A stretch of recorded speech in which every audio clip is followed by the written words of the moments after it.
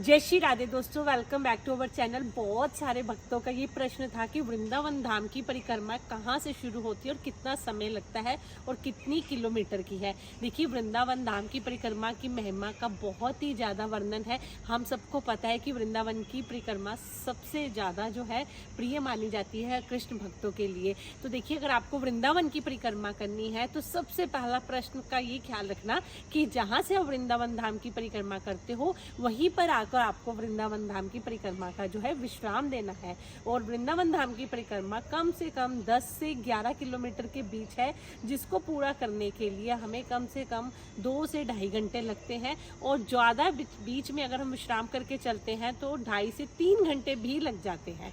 और देखिए, अगर आपको परिक्रमा करनी है तो पूरी कोशिश करें कि सुबह सुबह जैसे हमारा होता है ना 5 बजे 4 बजे आप शुरू करेंगे तो आप 7-8 बजे तक आराम से कर लेंगे। गर्मियों में क्या रहता है कि अगर वृंदावन की परिक्रमा करते हो तो दिन में बहुत धूप होती है। तो हम सबसे पहले तो हम ये जान लेते हैं कि हमें शुरू कहाँ से करनी है। देखिए, आपको पता है वृंदावन धाम की जो परिक्रमा मार्ग है वो कहीं से भी शुरू करके आप कहीं पर भी, चाहे आप पानी घाट से शुरू कर सकते हो, चाहे आप बांके बिहारी जी के मंदिर के बाहर से शुरू कर सकते हो, चाहे अटल्ला चुंगी से शुरू कर सकते हो। अगर आप मेरे से पूछेंगे तो मैं तो अपनी राधा केली कुंज के बाहर से शुरू करके राधा केली कुंज पर ही ख़त्म करती हूँ। परंतु अगर हम देखें तो बहुत सारे जो भक्तजन हैं वो कहाँ से शुरू करते हैं। आप सबने इस्कॉन मंदिर तो देखा ही है वृंदावन में। वृंदावन धाम में इस्कॉन मंदिर से पहले जो पुलिस चौकी है वहीं के साथ से शुरू होकर परिक्रमा जो है 10 से 11 किलोमीटर की 3 घंटे में पूरी कर वहीं पूरी परिक्रमा मार्ग पर आकर आप सीधा वहीं पर ख़त्म कर सकते हैं, मतलब विश्राम दे सकते हैं। तो अगर आप जब भी परिक्रमा करने जाओ तो आपको कौन सी छोटी छोटी बातों का ख्याल रखना है। सबसे पहले तो जब आप परिक्रमा करने जाओ तो आपको कोई ना कोई रास्ते में नाम जाप कीर्तन करते रहना चाहिए। आप देखिए, अगर अपने परिवार के साथ जा रहे हैं तो रास्ते में ऐसा नहीं कि आप बातें करते जा रहे हैं, जब रास्ते में चाट पकौड़ी खानी है, ये खाना है, वो खाना है, वो सारी चीज़ों को साइड पर रख के जो मेन हमारा है वो परिक्रमा पर ही ध्यान रहना चाहिए। अगर आपके पास कोई गुरु मंत्र है तो आपको गुरु मंत्र करते हो जाना चाहिए। वो नहीं है तो कोई भी कीर्तन, राधा राधा नाम, हरे कृष्ण राधा, जो भी आपके पास नाम जाप है उसको करते रहना चाहिए। और जब भी हम लोग परिक्रमा करते जाते हैं, हम लोग तो देखिए राधा नाम कीर्तन करते जाते हैं।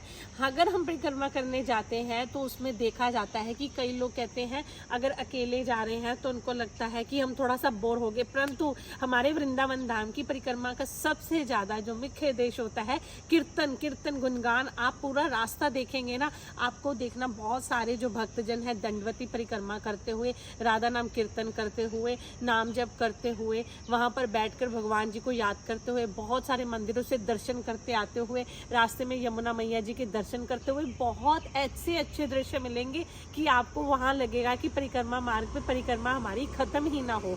और देखिए, रास्ते में हमें एक चीज़ का और ख्याल रखना है कि जब भी आप वृंदावन धाम की परिक्रमा लगाने जाते हो रास्ते में बहुत कुछ ऐसा बट रहा होता है, जैसे लंगर प्रसाद, खीर पूरी, और एकादशी वाले दिन तो और भी अच्छा, जैसे फल जो भी है।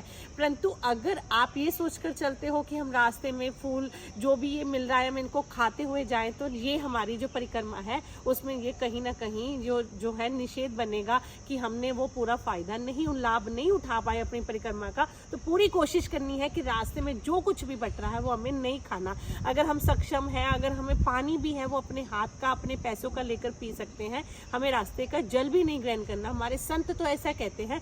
परंतु अगर आप सक्षम हो तो, अगर हमें लगता है कि हम जल पी सकते हैं, शरबत पी सकते हैं तो जरूर पीजिए। और उसके बाद हमें जब कोई भी परिक्रमा करनी है वृंदावन धाम की खास करके, तो एकादशी वाले दिन ख्याल रखना है कि एकादशी वाले दिन जब भी वृंदावन धाम की परिक्रमा करते हैं तो तब बहुत भीड़ होती है, हमें ख्याल रखना है। और सबसे बड़ी बात, हमें छोटे छोटे बच्चों को साथ में लेकर नहीं चलना, क्योंकि बच्चे लगातार 3 घंटे नहीं चल सकते। और मौसम का बिल्कुल ख्याल रखना है। 1-2 बार ऐसा हुआ था कि हम लोग भी गर्मी में परिक्रमा करने चले गए थे तो रास्ते में थोड़ी तबीयत भी खराब होने लग गई थी। तो आपको मौसम के अनुसार और बच्चों को साथ में ले जाकर नहीं, और रास्ते में नाम जप करते हुए। और सबसे बड़ी बात, जो सबसे जरूरी बात है वो ये है कि हमें वृंदावन धाम की परिक्रमा नंगे पैर ही करनी है, जूते पहनकर नहीं करनी है। परंतु मौसम के अनुसार, अगर आपकी तबीयत खराब है आप चप्पल पहनकर ही करेंगे तो चलेगा। परंतु जो लगता है कैपेबल है, जो बिना चप्पल के कर सकता है, तो प्लीज़ वो वृंदावन धाम की जो परिक्रमा है वो नंगे पैर ही करें।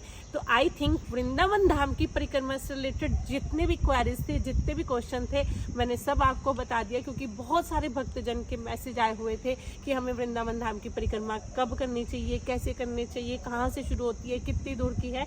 तो आज मैं आपको लास्ट में कंक्लूजन बताती हूँ। वृंदावन धाम की परिक्रमा 10 से 11 किलोमीटर, 2 से 3 घंटे का समय लगता है और मौसम के अनुसार करनी चाहिए। और आप देखना है कि एकादशी वाले दिन हमारे वृंदावन धाम में बहुत भीड़ होती है और बच्चों को साथ में, ज़्यादा से ज़्यादा छोटे छोटे बच्चों को साथ में लेकर ना चलें और नाम जप करते चलें। इससे हमें परिक्रमा का पूरा फल मिलेगा और हमारा जो आप भगवान जी से दिल से प्रार्थना करनी है परिक्रमा करते वक्त, हे कृष्ण, हे राधा रानी, हे ठाकुर जी, हमें बार बार वृंदावन धाम बुलाते रहना, हमें यहाँ की जो भी हमारे अपने ठाकुर जी की सेवा में लगाए रखना। तो अगर आप दिल से ये प्रे करेंगे तो ठाकुर जी आपकी जरूर सुनेंगे।